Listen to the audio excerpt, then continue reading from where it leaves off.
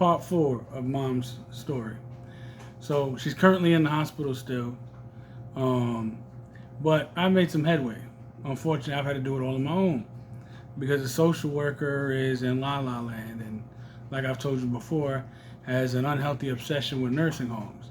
So the entirety of probably the month that my mother's been on this floor, where she could have looked into resources as far as home care services and all the stuff that my mother has affordable to her, as far as a respiratory company that can supply her with almost anything she wants. It's actually a network with her insurance, so we can actually get this stuff. Um, my mother is available because of her condition. She's available for 24-hour, 7-day a week home care services. She has a doctor that comes to the house and can do blood work, X-rays. The husband's a cardiologist, so if mom needs anything to do with the heart, he can look into that. We have a podiatrist that also comes to the house and does mom's feet.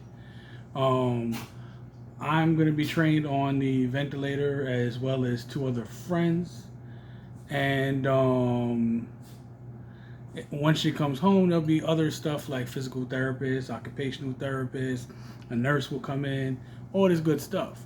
And this stuff could have all been worked on a month ago, right? And what happened is basically maybe less than a week ago, they were trying to talk about discharging my mom.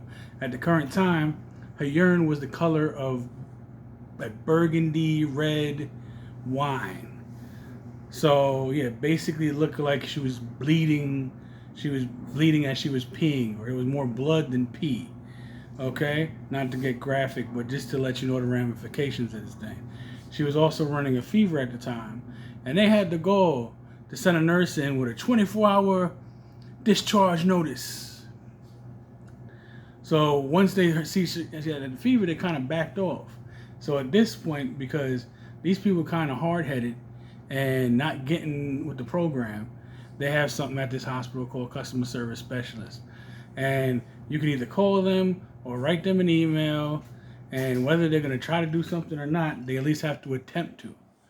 So I wrote them a long-standing email saying that I know my mother isn't ready for discharge at the moment because she's running a fever and they're investigating why. But in the meantime, instead of lollygagging and I don't know, going doop doop doop doop doop doop doop, how about let's get the ball rolling? Let's contact this company that we can get the ventilator from.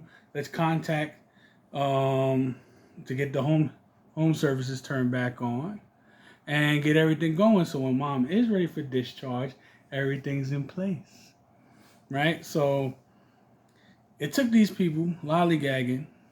I would say other words, but try not to curse up here on YouTube. It took them very long to basically to even call the respiratory company.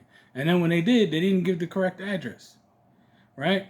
So they didn't give the correct address. So then the respiratory therapist calls me like, "Hey Steve, by any chance, they didn't give me the address here. It's just kind of vague. It's just a name of a company that's literally the hospital for almost the whole entire North Bronx. So it's kind of vague. It's like saying, meet me at McDonald's somewhere in America, basically, almost, right? So basically, I give her the address. She goes there. She gets all the coordinates, right? She comes back to the crib. She looks at all the electricals and stuff like that. I live in a building, pretty new building, that's basically only 8 years old.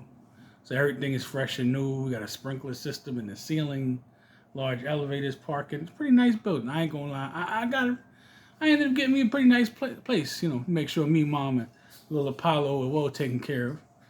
But that's all set and a go. And then she puts in the stuff for the insurance to authorize or whatever. And then the hospital has to send stuff over to the insurance, like clinical notes and medical needs of necessity, so on and so forth. So basically, the hospital, instead of sending it all together, which might make sense, I don't know, call me crazy, they're sending it, like kind of piecemeal. Like here's a little piece here, a little piece here. So they send in for the for a nebulizer machine, but don't send in for the ventilator. Then Send in for the ventilator today, which is like the 1st of May, right? Calm down, Apollo. I know you're pissed off too. Apollo's pretty pissed off. So these fools basically send in the notes today to the insurance. Apollo, I know you pissed off, buddy, but calm down. I'll get you something in a second, buddy. I know you want to kick their butt too. Apollo pissed off. But anyway, so these fools basically say, well, this process is taking a really long time. They literally just sent over the clinicals today to the insurance. Shh. Right? So how the hell is it taking too long? You just sent it over. So now I'm having to fight a discharge where they're trying to discharge my mom somewhere where she doesn't need to be, which is crazy. But that's what's going on so far. Part 4. Apollo, I know you angry, buddy. Calm down.